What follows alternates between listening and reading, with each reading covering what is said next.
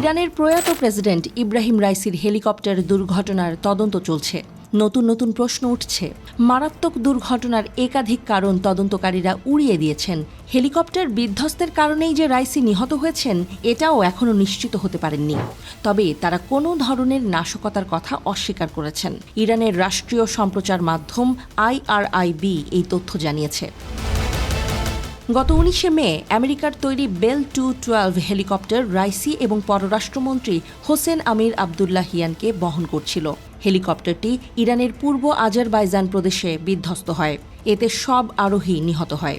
ইরানের সামরিক বাহিনীর জেনারেল স্টাফকে কারণ অনুসন্ধানের দায়িত্ব দেওয়া হয়।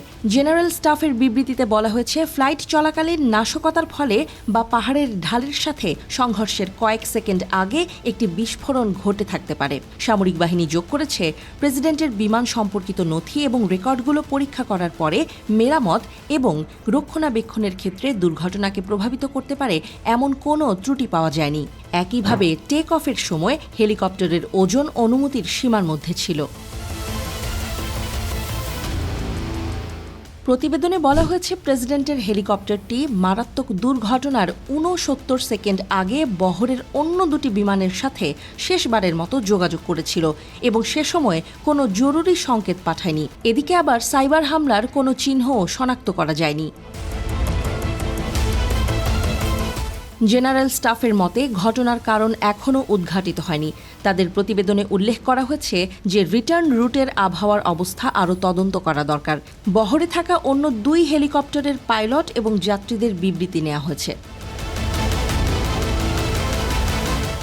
এদিকে লন্ডন ভিত্তিক গণমাধ্যম ইরান ইন্টারন্যাশনালের প্রতিবেদনে রাইসির দেহরক্ষীকে নিয়ে রহস্য তৈরি হয়েছে। প্রতিবেদনে বলা হয়েছে, ইব্রাহিম রাইসির সাম্প্রতিক ছবিতে দেখা গেছে তার দেহরক্ষী প্রায় সবসময়ই তার সঙ্গেই ছিলেন। তবে নিহতদের তালিকা থেকে জানা গেছে তিনি সেদিন রাইসিকে বহনকারী হেলিকপ্টারে ছিলেন না।